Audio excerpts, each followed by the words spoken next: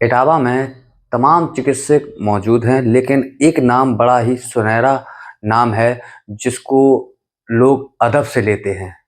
Doctor Praveen Singh, जिन्होंने Saifai PGI Delhi से लेकर कई जनपदों में और कई महानगरों में अपनी सेवाएं दी हैं और अब इटावा में वरिष्ठ यूरोलॉजिस्ट के रूप में प्रवीण सिंह जी हमारे साथ इस समय मौजूद हैं। हम इनसे बात करेंगे किस प्रकार से इटावा में अपनी सेवाएं दी और इनका किस तरीके का सफ़र रहा है, क्योंकि इन्होंने लंबा संघर्ष किया है। करीब 2 दशक से अधिक हो चुके हैं इनको लोगों के बीच अपनी परामर्श सेवाएं देने का, और अब इटावा में भी उन्होंने ये सेवाएं शुरू की हैं। प्रवीण सर, आपका बहुत बहुत स्वागत है इटावा वॉइस में। आप लंबे समय से लोगों को यूरोलॉजिस्ट के रूप में लोगों को अपनी सेवाएं दे रहे हैं, और किस तरीके से आपने संघर्ष किया जो इस मुकाम तक पहुंचे हैं। सबसे पहले तो आपका बहुत बहुत धन्यवाद, आपने मुझे प्लेटफॉर्म दिया। और मेरे बारे में बता दूं, मैं रहने वाला बेसिकली लखनऊ का ही हूँ, लेकिन एमबीबीएस मैंने किया है आगरा से, एसएनएमसी आगरा से। उसके बाद फिर यहाँ से सैफई से मैंने एमएस किया है और जनरल सर्जरी में। उसके बाद फिर यहाँ पे फिर एज ए वरिष्ठ रेजिडेंस की तौर पे भी काम किया है यहाँ पे सैफई में 3 साल। उसके बाद फिर मैं यूरोलॉजी करने चला गया केरल, फिर 3 साल मैंने वहाँ पे काम किया है। उसके बाद फिर बहुत जगह दिल्ली में भी कई जगह पे मैंने एज ए सर्जन के तौर पे काम किया है। सर, मैं जानना चाहूँगा किस तरीके से किन किन हॉस्पिटलों में आपने सेवाएं दी, खास तौर पर। मैंने शुरुआत तो अब जैसे देखें ईएसआई हॉस्पिटल दिल्ली से करी, वहाँ पे करीब 3 साल मैंने काम किया है। फिर दिल्ली में दीनदयाल उपाध्याय हॉस्पिटल है, वहाँ पे काम किया है। संजय गांधी हॉस्पिटल है दिल्ली में मंगोलपुरी में, उसमें काम किया है। उसके बाद फिर ये दिल्ली का राम मनोहर लोहिया हॉस्पिटल है, वहाँ पे करीब काम किया है हमने कनिष्ठ सर्जन के तौर पे। और उसके बाद फिर तमिलनाडु में केएमसीएच हॉस्पिटल है कोयम्बटूर में, वहाँ पे काम किया है मैंने। फिर इसके बाद यहाँ पे फिर मैं आ गया, पिछले साल मुरादाबाद आ गया। मुरादाबाद में जो एशियन विवेकानंद हॉस्पिटल है, वहाँ पे 1 साल वरिष्ठ सर्जन के तौर पे काम किया है मैंने, एज ए कंसल्टेंट काम किया है वहाँ पे। सैफई में कितने दिन से आपने सेवाएं? सैफई में तो मैं करीब करीब 6 साल रहा हूँ। 6 साल में मतलब 3 साल तो एमएस किया है मैंने वहाँ पे। उसके बाद 3 साल एज ए वरिष्ठ रेजिडेंट के तौर पे काम किया है वहाँ पे, यूरोलॉजी डिपार्टमेंट में ही काम किया है। सर, आज अब इटावा में भी आपने लोगों को सेवाएं देना शुरू कर दी। इटावा में अपना क्लिनिक की शुरुआत की है। किस तरीके के पेशेंट यहाँ आ रहे हैं और किस तरीके के आप सेवाएं देना चाह रहे हैं? सबसे पहले तो मैं ये बता दूं कि अभी तक इटावा शहर को अगर देखा जाए, अगर हम वो पीजीआई को छोड़ दें, ये सैफई पीजीआई को, तो इटावा शहर में सच कोई परमानेंट यूरोलॉजिस्ट नहीं है जो कि यहीं पे रहे, यहाँ के मरीजों को उनके हिसाब से यहीं पे देखे।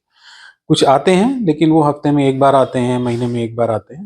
लेकिन तो इसी को मैंने सोचा कि यहाँ पे मरीजों को बहुत दूर जाना पड़ता है, जैसे आगरा जाना पड़ता है, इधर ग्वालियर जाना पड़ता है, कानपुर जाना पड़ता है, तो उसमें मरीज अपना इलाज तो करा लेते हैं, लेकिन फिर सर्जरी भी करा लेते हैं, फिर फॉलो अप के लिए जाना पड़ता है, बहुत प्रॉब्लम होती है। तो इस लैकुना को मैंने समझ करके मैंने सोचा कि ठीक है, यहाँ पे करते हैं अपना यूरोलॉजी के तौर पे, यहाँ पे अपना क्लिनिक खोलते हैं, थोड़ी सेवाएं देते हैं, तो इससे यहाँ के लोगों को भी फायदा होगा, काफ़ी फायदा होगा। कि मतलब जो सुविधा यहाँ पे अभी तक आज तक नहीं उपलब्ध थी शहर के अंदर, वो अब मैंने सारी यहाँ पे चालू कर दी हैं, और अब धीरे धीरे अब ये काम बढ़ाएंगे। सर, जो यूरोलॉजिस्ट में किन किन समस्याओं का लोगों को सामना करना पड़ता है, और जो यूरोलॉजिस्ट जैसे बोलते हैं, तो इसमें किन किन बीमारी कौन कौन सी बीमारी होती हैं? यूरोलॉजिस्ट भी एक सर्जन होता है। एक तो जनरल सर्जरी के बाद, जनरल सर्जरी 3 साल करने के बाद जो है वो 3 साल फिर से एक डिग्री लेनी पड़ती है, जो सुपर स्पेशलिटी डिग्री होती है। वो 3 साल फिर करने के बाद तब यूरोलॉजिस्ट बनते हैं। अब यूरोलॉजी में जो बेसिकली काम होता है, उसमें किडनी का काम होता है, पेशाब की थैली का काम होता है, गदूद का काम होता है, और जैसे पेशाब में खून आना, पेशाब में तकलीफ होना, गुर्दे की पथरी, पेशाब की थैली की पथरी, इन सब चीज़ों का काम होता है इसमें यूरोलॉजी। सबसे ज़्यादा मैं जानूंगा कि सबसे ज़्यादा ऐसे कौन से पेशेंट आप इस समय इटावा में या आप सैफई में भी रहे, तो किस तरीके के पेशेंट सबसे ज़्यादा आपके पास आए जिनको लोगों को आपने फिर निजात भी दिलाई है? गुर्दे की पथरी और प्रोस्टेट के पेशेंट सबसे ज़्यादा है। गुर्दे की पथरी इतनी ज़्यादा कॉमन है यहाँ पे, लोगों के खान पान जो आजकल बहुत चेंज हो रहा है, उसकी वजह से गुर्दे की पथरी बहुत ज़्यादा होती है। और उसके बाद फिर उम्र बढ़ने के साथ साथ, जैसे ये तो पुरुषों में एक मतलब ऊपर भगवान के द्वारा दिया गया है कि प्रोस्टेट बढ़ता ही है, लेकिन अब किसी को परेशानी होती है, किसी को नहीं होती है, किसी का दवा से काम चल जाता है, किसी का सर्जरी से काम चलता है। तो यूरोलॉजी में ये 2 पेशेंट ज़्यादा होते हैं। तो मैं चाहूँ किन-किन चीज़ों के वजह से ये सबसे ज़्यादा ये बीमारियाँ उत्पन्न होती हैं लोगों में, और किस तरीके के खान-पान जो बदले हैं लोगों के आज के दौर, क्योंकि मैं जानता हूँ कि पुराने समय में जो जिस तरीके का लोगों का खान-पान था, और आज चलती-फिरती दुनिया में मतलब आजकल जो भाग-दौड़ की ज़िंदगी हो गई लोगों की, तो आजकल फ़ास्ट फूड पर लोग ज़्यादा निर्भर हो गए। तो उसको किस तरीके से आप देख रहे हैं, किस तरीके के लोगों को खान-पी पान को इस्तेमाल करना चाहिए? पथरी होने के बहुत सारे रीज़न हैं। पथरी होने का एक सबसे बड़ा रीज़न है खान-पान। आजकल बहुत गड़बड़ हो गया है। जैसे फ़ास्ट फूड वग़ैरह लोग खाते हैं, पानी कम पीते हैं, फ़ास्ट फूड में नमक बहुत ज़्यादा होता है। नमक ज़्यादा खाने से एक तो ब्लड प्रेशर की बीमारी तो होती ही होती है। साथ में बहुत कम लोगों को पता है कि नमक ज़्यादा खाने से पथरी भी होती है। तो एक तो अपने खान-पान में पानी का उचित सेवन करना चाहिए। अब पानी, बहुत से लोग कहते हैं नहीं 4 लीटर, 5 लीटर, 6 लीटर पानी, इतने पानी की आवश्यकता नहीं होती है। सबसे पहले तो उतना पानी पीना चाहिए जितना आपको प्यास हो। और अगर फिर भी आपको बोला गया है कि पानी कितना पीना है, तो 2 से ढाई लीटर पानी रोज कम से कम पीना चाहिए। और वो भी ये नहीं कि एक बार में आप पी गए, कि उठाई बोतल और प्यास लगी और एक बार में आपने पी लिया। उसके लिए सबसे अच्छा तरीका है, आपने एक बोतल बॉटल बना के रखें और जब भी प्यास लगे थोड़ा थोड़ा करके, मतलब दिन भर में आपको 24 घंटे में आपको 2 से ढाई लीटर पानी पीना है आपको। तो ये सबसे पहले जो पथरी कम करने का एक सबसे बेसिक चीज है जो हर आदमी कर सकता है, वो पानी को प्रचुर मात्रा में लेना है। मतलब जितना जरूरत हो उतना लेना है पानी। उसके अलावा खान पान में, जैसे आजकल लोगों का नॉनवेज बहुत बढ़ गया है, तो नॉनवेज ज्यादा खाने वाले लोगों में भी पथरी की समस्या रहती है। नमक जो लोग ज्यादा खाते हैं उनके अंदर पथरी की समस्या रहती है। तो इन सब चीजों को डाइट में भी सुधार करके ये सुधारा जा सकता है। तो हर पथरी का मतलब ये नहीं कि हर पथरी में ऑपरेशन होना है। पथरी का इलाज दवा से भी हो सकता है, पथरी का इलाज ऑपरेशन से भी हो सकता है। डिपेंड करता है कि पथरी कहाँ पे है और कितने साइज की है। तो अगर मान लो 4 mm की पथरी है, वो नली में आकर के फंस गई, तो उसको तुरंत निकालना जरूरी है। लेकिन हो सकता है कि 1.5 सेंटीमीटर की पथरी किडनी में पड़ी है, आपको कोई कुछ पता नहीं चल रहा है, कोई अभी सिम्टम नहीं है, आपको कोई तकलीफ नहीं है, तो उसमें वेट भी कर सकते हैं। तो ये डिपेंड करता है कि पथरी कहाँ पे है, कैसी है, कितनी बड़ी है, इन सब चीज़ों। अच्छा, आजकल एक प्रचलन बहुत ज़्यादा चल गया है कि कुछ लोगों की मानसिकता है कि जैसे गुर्दे में पथरी हो जाती, तो आजकल लोगों की एक नई एक अपना एक आविष्कार निकाल लिया है लोगों ने कि आजकल जो अल्कोहल बियर वगैरह कुछ लोग कहते हैं कि बियर पीने से क्या पथरी खत्म हो सकती है? क्या इसका क्या सही लॉजिक है? नहीं नहीं, बल्कि इसका उल्टा है। जो लोग लगातार मतलब ये सोच करके बियर पी रहे हैं, या लंबे टाइम तक बियर पीते हैं, या अल्कोहल का सेवन करते हैं, उनमें पथरी बनने का चांस ज्यादा होता है। अब लोग ये कहते क्यों हैं?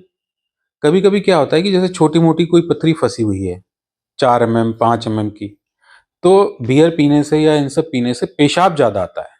तो जब पेशाब उस समय जाता है तो कोई छोटी मोटी पथरी है वो निकल जाती है। लेकिन आप लंबे टाइम तक इसको अगर लंबे टाइम तक पीते रहेंगे तो वो पथरी की संभावना बढ़ जाती है शरीर में। तो ये लोगों को जो भ्रांति है बहुत गलत है कि अल्कोहल पिएंगे, बियर पिएंगे, ये करेंगे तो उससे पथरी नहीं बनेगी। पथरी बनने की संभावना इससे बढ़ जाती है। अच्छा, तमाम ऐसी भी कुछ लोग कहते हैं कि जैसे कि कुछ जो पथरी बनने की शुरुआत जो होती है, कुछ लोग कहते हैं कि जैसे नींबू का बीज अगर चला जाए या टमाटर का बीज अंदर चला जाए, उससे पथरी उत्पन्न हो जाती है क्योंकि वो धीमे-धीमे अपना प्रोसेस शुरू कर देती है। क्या इस तरीके की लॉजिक है सर? नहीं, नहीं, ऐसा कुछ नहीं है कि टमाटर का बीज खा लिया या वो खा लिया तो उससे पथरी बन जाती है। लेकिन कुछ चीज़ें हैं जिसमें ऑक्ज़लेट की मात्रा ज़्यादा होती है। जैसे कि पालक है, टमाटर है, कुछ चीज़ें हैं, गोभी है, इनमें ऑक्ज़लेट ज़्यादा होता है। उसमें पथरी बीज से कुछ नहीं होता है, लेकिन ऑक्ज़लेट ज़्यादा होता है। अब इन चीज़ों को आप अगर बहुत ज़्यादा खाएँगे, टमाटर बहुत ज़्यादा खा रहे हैं, बहुत ज़्यादा का मतलब है कि आप दिन भर में अब उस सलाद में भी खा रहे हैं, हर चीज़ में खा रहे हैं टमाटर, तो वो थोड़ा-सा उसमें पथरी बनने की संभावना ज़्यादा रहती है ऑक्ज़लेट होने की वजह से। अदरवाइज़ आप पानी पीते रहेंगे, साथ में नींबू पीते रहेंगे, तो थोड़ा-सा संभावना कम भी हो जाती है। एक चीज़ और सर, तमाम आयुर्वेद को तो हम लोग हर कोई मानता ही है, तमाम बड़े एमबीबीएस डॉक्टर भी आयुर्वेद को आज भी मानते हैं। अच्छा, मैं ये जानना चाहता हूँ कि किस स्तर तक आयुर्वेद से जो पथरी है जो गुर्दे में हो, तो किस स्तर तक की हो जाए आयुर्वेद से उसको ख़त्म किया जाता है या होम्योपैथिक से किसी दवाई से इसको कम किया जा सकता है या ख़त्म किया जा सकता है और जिसके बाद ऑपरेशन ही बहुत आवश्यक है? देखो, मैंने बताया कि पथरी कितने भी साइज़ की हो सकता है कि 5 एमएम की पथरी भी आपकी पेशाब की नली में जाकर के रुकावट कर दे और हो सकता है 1.5 सेंटीमीटर की पथरी आपकी किडनी में पड़ी हुई है, लेकिन वो रुकावट नहीं कर रही है कहीं पे, नीचे पड़ी हुई है और कोई आपको तकलीफ भी नहीं है, दर्द भी नहीं है। तो इनमें आप आयुर्वेदिक भी ले सकते हैं, होम्योपैथिक भी ले सकते हैं। ये आयुर्वेदिक दवाएँ जो हैं, कुछ दवाएँ ऐसी हैं जो किडनी में स्टोन की बनने की संभावना को कम करती हैं। लेकिन आप उसके भरोसे पे नहीं एकदम बैठ सकते, क्योंकि हर चीज़ का इलाज अलग-अलग होता है। उसी चीज़ का इलाज कुछ चीज़ों का दवा से भी करा जाता है, कुछ चीज़ों का सर्जरी से भी करा जाता है। तो जिस पथरी में सर्जरी की ज़रूरत है, उसमें अगर आप दवा खाते रहेंगे तो आपके गुर्दे खराब हो जाएँगे। अगर कहीं पे रुकावट हो गई, मान लीजिए 5 एमएम की पथरी है और वो गुर्दे की नली में रुकावट कर रही है, तो ऊपर से गुर्दे से जो पेशाब बन करके जो नीचे आ रहा है, वो आपका रुक जाएगा। जब वो रुक जाएगा तो आपके गुर्दे खराब होने लगेंगे। तो ऐसे ऐसे समय में आपको एक तो यूरोलॉजिस्ट को आपको ज़रूर दिखाना चाहिए। अल्ट्रासाउंड कराना है, सीटी स्कैन कराना है ताकि ये पता चले पथरी रुकावट कर रही है कि नहीं कर रही है, किडनी में सूजन आई है कि नहीं आई है। तो अगर ये सब चीज़ें हैं, तो तुरंत आप गुर्दे से कोई खुलवाड़ नहीं करना चाहिए। तुरंत आप उसको पथरी को निकलवाएँ और सही रहें। अच्छा, पित्त की थैली में इस समय आजकल तमाम देखा जा रहा है कि पित्त की थैली में पथरी का वो बढ़ना या उत्पन्न होना ये बहुत बढ़ रहा है, ये क्या है? पित्त की थैली की पथरी जो होती है आजकल, हाँ, बहुत हो गई है। अब चूँकि अब बहुत सारा फैटी जो लोग बहुत ये बाहर का खाना खाते हैं, फ़ास्ट फूड खाते हैं, उसमें बैड फैट रहता है। तो और खाना अब लोगों का चलना-फिरना भी कम हो गया है, एनर्जी का यूसेज कम हो गया है शरीर लोगों का। तो इस वजह से गुर्दे की पथरी भी गॉल ब्लैडर की पथरी इस वजह से भी बनती है। लेकिन गॉल ब्लैडर की जो पथरी होती है, वो आप ये समझो कि दवा से निकल जाएगी, दवा से कभी नहीं निकलती। गुर्दे की पथरी एक बार दवा से निकल सकती है। कुछ पथरियाँ ऐसी होती हैं जो दवा से निकल सकती हैं। लेकिन जो गॉल ब्लैडर की पथरी होती है, जो पित्त की थैली की पथरी होती है, वो दवा से नहीं निकलती। उसके लिए ऑपरेशन ही करना पड़ता है। अच्छा, मैं कई बार ऐसा जानने में आया है कि तमाम ऐसे झाड़-फूँक करने वाले या कुछ ऐसे लोग होते ग्रामीण क्षेत्र में कि वो आयुर्वेदिक के नाम पर कि कोई भी जड़ी-बूटी ऐसी खिला देते हैं कि उससे पथरी खत्म हो जाती है। उसको किस तरीके से आप देखते हैं? देखो, आयुर्वेद में तो बहुत पढ़े-लिखे डॉक्टर भी हैं, बीएएमएस हैं, फिर उसके बाद वो एमडी-एमएस भी करते हैं। तो अगर आप उनके पास जा रहे हैं, उनके पास प्रॉपर नॉलेज होती है आज के टाइम पे, तो वो उसका इलाज वो ठीक कर रहे हैं। लेकिन जब कोई भी गली-कूचे में कोई ब खोल करके बैठ जाता है कि हाँ, हम निकाल देंगे या ऐसे कर देंगे, तो उसमें आप रिस्क मत लीजिए। आप एक बार अगर आप दवा खाना भी चाहते हैं, तो आप एक बार पहले किसी यूरोलॉजिस्ट को दिखा करके, आप पहले एक अपना कन्फर्मेशन कर लें कि पथरी पहली चीज़ तो है भी कि नहीं है। कभी-कभी अल्ट्रासाउंड पे 4 एमएम, 5 एमएम की पथरी बता दी और मोस्ट ऑफ द केसेज़ में वो पथरी होती ही नहीं है। तो उसके लिए सबसे अच्छा होता है कि एक सीटी स्कैन कराना। सीटी स्कैन सबसे अच्छा होता है पथरी के लिए, पथरी देखने के लिए कि पथरी है कि नहीं है। तो अगर पथरी है और वो आपको रुकावट कर रही है या कुछ आपकी किडनी पे फर्क डाल रही है, तो आपको उसका सर्जरी द्वारा इलाज कराना है। और अगर मान लीजिए आपको लग रहा है कि नहीं, पथरी अभी डॉक्टर ने बोल दिया कि नहीं, अभी इसको आप रुक सकते हैं या आप इंतजार भी कर सकते हैं, तो ऐसे में आप दवा आयुर्वेद लें जरूर, लेकिन किसी पढ़े लिखे, मतलब प्रॉपर डिग्रीधारी किसी आयुर्वेदाचार्य से ही दवा लें। ये बिल्कुल। तो हमारे दर्शकों को किस तरीके का संदेश देना चाहेंगे, किस तरीके से लोगों को अपने खान-पान में सुधार लेना चाहिए, जिससे कि ऐसी समस्याएँ ना हों? एक तो अपना जो भारतीय खाना है वो खाएं, दाल चावल सब्जी रोटी, ये सबसे अच्छा खाना होता है। और जो लोगों की आदत होती है डेली हर दूसरे दिन तीसरे दिन फास्ट फूड खाना, इसको कम करें। एक्सरसाइज जरूर करें, भले ही थोड़ा थोड़ा बहुत टहलें, लेकिन एक्सरसाइज करना बहुत जरूरी है। पानी प्रचुर मात्रा में पिए। पानी, शरीर में पानी की कमी रहेगी। अब ठंड में है, जैसे ठंड में लोग पानी ठंडा रहता है तो कम पीते हैं, तो इसका अच्छा तरीका है कि थोड़ा सा गुनगुना पानी आप एक बोतल में भर के रखें और उसी पानी को पिए। तो इन सब चीज़ों का अगर थोड़ा प्रॉपर ध्यान रखेंगे तो पथरी होने की संभावना कम हो जाती है।